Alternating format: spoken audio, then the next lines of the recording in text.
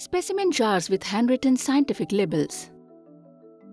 The tagged feet of a bat specimen, an open-mouthed bat in a label jar. Jon Ablett, Curator of Mollusks.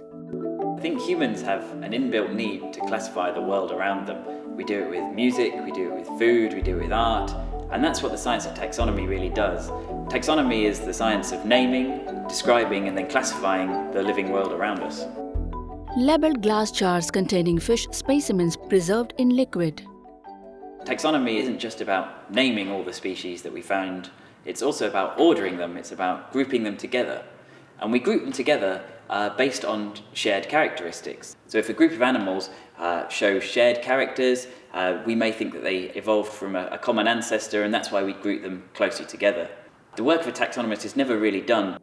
As we discover new species, or we discover more about older known species, often these names change to reflect this new information. Jon picks up a nautilus shell. Nautilus are one of the groups that I look after here at the Natural History Museum, and they're a really interesting group. When you first look at the shells of these species, they look very, very similar. But if you look a bit more closely, you can see some of the differences. 3 nautilus shells in a row. So the umbilicus, the central part of this, varies in shape and size. And as we notice these changes, as we understand them more, then we can change the taxonomic names around them, because this gives us a better clue to their evolutionary history.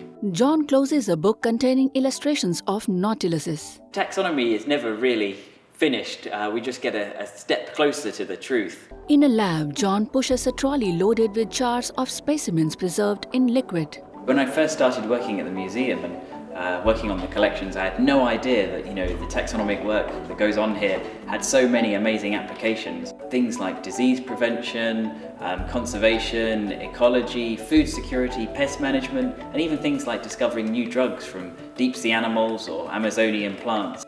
There really is no end to the importance of taxonomy. Film credits appear over an image of jars labeled with names, dates, and locations.